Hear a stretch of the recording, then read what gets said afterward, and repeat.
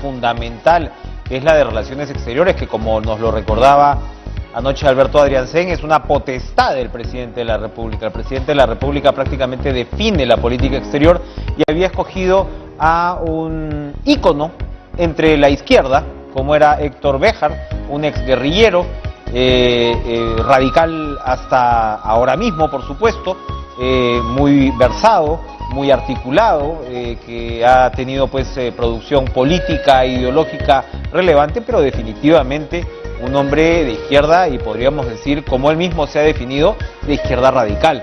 Bueno, las declaraciones no propaladas en una conferencia sobre especulación en realidad sobre el origen del terrorismo en el Perú vinculado a la Marina desató toda una serie de controversias, pero en realidad, la verdad, con lo que estaba, digamos, disponible en términos de la producción del ahora ex canciller Béjar, este tipo de situación iba a ocurrir en cualquier momento. Se ha dado finalmente la renuncia de Béjar. Béjar ha celebrado su libertad en sus propias redes sociales, en su Facebook, y vamos a ver, bueno, qué pasa ahora, no solamente con el destino político del señor Béjar y la designación sobre todo del nuevo ministro o ministra de Relaciones Exteriores. Le damos la bienvenida a Silvana Robles, vocera alterna de la bancada de Perú Libre, para que nos cuente un poco cómo se ve desde dentro del oficialismo, particularmente de la bancada de gobierno,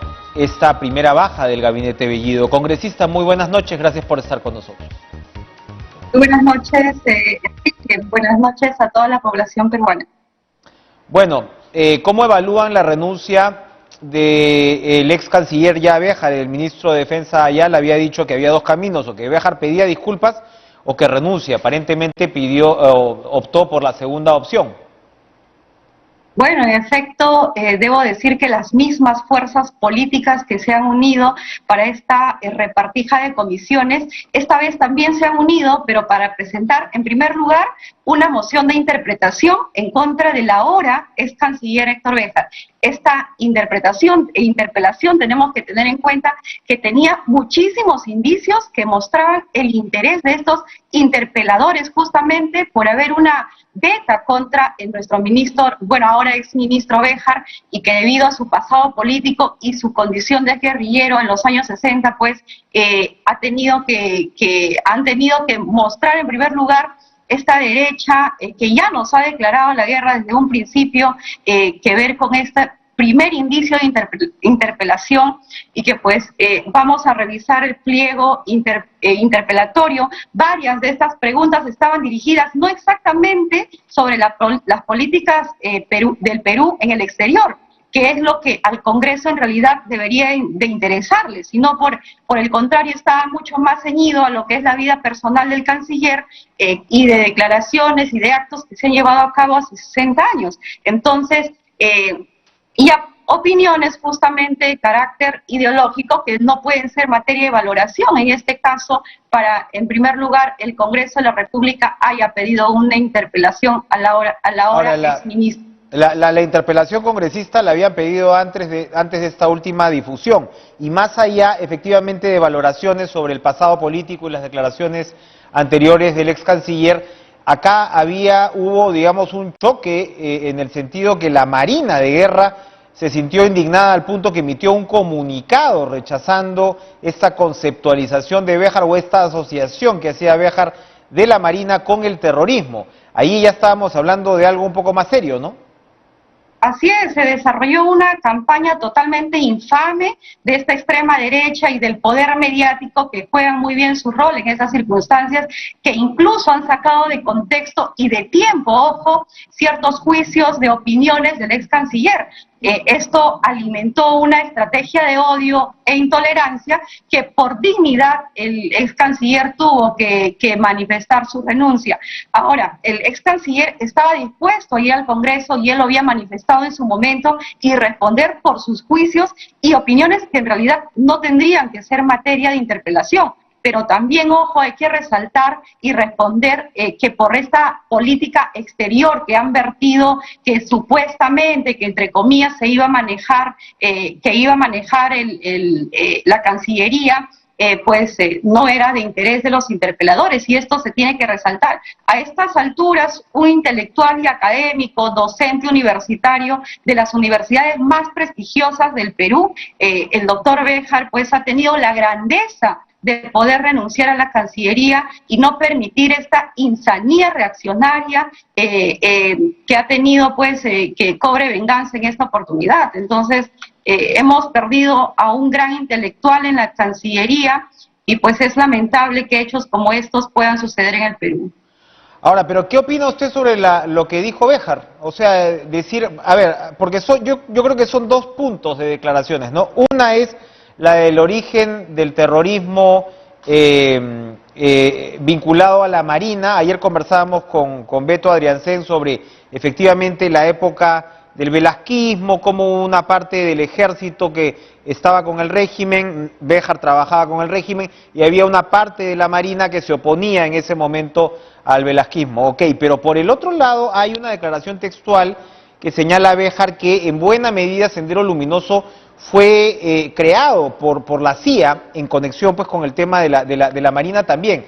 ¿Cuál es la opinión al respecto? Hay mucha sensibilidad congresista en el Perú sobre Sendero Luminoso, sobre las responsabilidades de Sendero Luminoso, y esa no es, por ese lado, insanía reaccionaria. Bueno, concluyo y debo decir lo que han sacado de contexto y en algún momento el canciller menciona, es una hipótesis. Las hipótesis se pueden barajar y todos los que conocemos de este término es justamente eso, son hipótesis y que no ha sido una forma afirmativa de decir que esto en realidad sucedió. Entonces, yo considero que esto ha sido sacado de un contexto del tiempo, a su vez. Buenas noches. Sí, Hola. Escucho.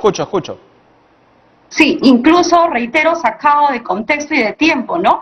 Son juicios u opiniones del ex canciller que las tuvo en su momento, no fue cuando él asumió esta responsabilidad, y lo que hay que resaltar, pues, que es una hipótesis, no es algo que él ha dicho tajantemente que esto es así. Somos conscientes de que el terrorismo en el Perú pues ha sido una forma gravísima y de sembrar terror en el Perú. Entonces, desde luego que nosotros como bancada deslindamos y siempre lo hemos manifestado totalmente con estos actos que son condenables de por sí. Cuénteme, ¿cómo está el ambiente ya producida esta decisión del canciller Béjar? Todo indica que ha sido una decisión de él, como usted lo señala. ¿Cómo está el ambiente entonces para el voto de investidura la próxima semana? Bueno, nosotros consideramos que es una decisión que va a tener que asumirlo el Congreso, este voto de confianza el próximo 26 de agosto, tal y como lo ha manifestado ya el Premier. Entonces, de conformidad a sus atribuciones constitucionales, en realidad el presidente del Consejo de Ministros va a plantear una cuestión de confianza que es totalmente natural y que esperamos nosotros como bancada oficialista que las demás bancadas vayan a sumarse.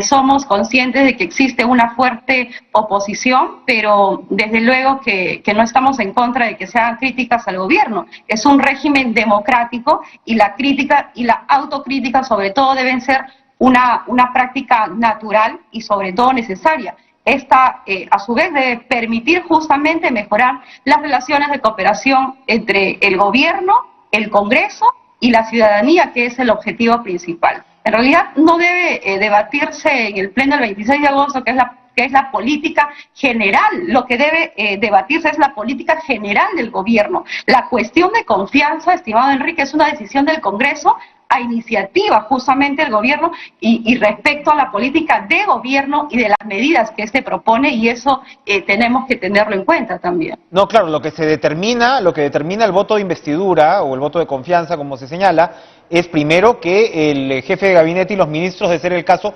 expongan las políticas de gobierno y que sobre eso el Congreso tome una decisión, ¿cierto? No puede adelantarse un voto a favor o en contra, o no sería pues lo correcto, ¿no? Claro, hay sectores de la derecha parlamentaria que insinúan condicionar esta cuestión de confianza al relevo de algunos ministros. Entonces, incluso antes que hayan siquiera expuesto las políticas públicas que se piensa implementar, ¿no? Entonces, en cada sector. Entonces, esto es algo que tenemos que decirlo y tenemos que resaltarlo, sobre todo porque no es justo que en tan poco tiempo ellos ya incluso hayan presentado una moción para investigar los 5 días que ha despachado el presidente, no en Palacio de Gobierno, que ya se estén dando este tipo de actitudes de parte del Parlamento sin siquiera haber oído cuáles son las pretensiones de este gabinete. Entonces, debemos ser tolerantes con las críticas y cuestionamientos que tienen, en cierta forma, alta dosis de racismo y discriminación, creo yo. Entonces, no está bien, lo que no está bien y está muy mal sacar de contexto es esto de exacerbar el odio y la descalificación de las personas, incluso lesionando la dignidad de las mismas. Entonces esto es algo que se debe Ahora, pero los congresistas, disculpe, digamos, las designaciones altamente cuestionadas en algunos casos que tienen que ver con racismo y discriminación. O sea, han cambiado viceministros, han cambiado a una señorita joven que le daban una labor tan importante como la de Provías. Ahí no hay racismo y discriminación, es el propio Ejecutivo dándose cuenta de decisiones equivocadas, ¿no? Bueno, si en algún momento el Ejecutivo ha tomado esa decisión, resalto la crítica y la autocrítica y se tiene que hacer, ¿no? Lo democrático y responsable es que el Congreso justamente formule críticas, despeje dudas y sobre todo haga propuestas sobre las políticas de gobierno, lo cual no está mal. Lo que no debe hacer es pretender imponer la voluntad en la designación de ministros. O sea, eso sería atropellar la prerrogativa que tiene el presidente de la República de formar su propio equipo de gobierno, ¿no? Bien, muchas gracias Silvana Robles, vocera alterna de Perú, de la bancada de Perú Libre. Gracias por compartir estas perspectivas. Vamos a darle paso y darle la bienvenida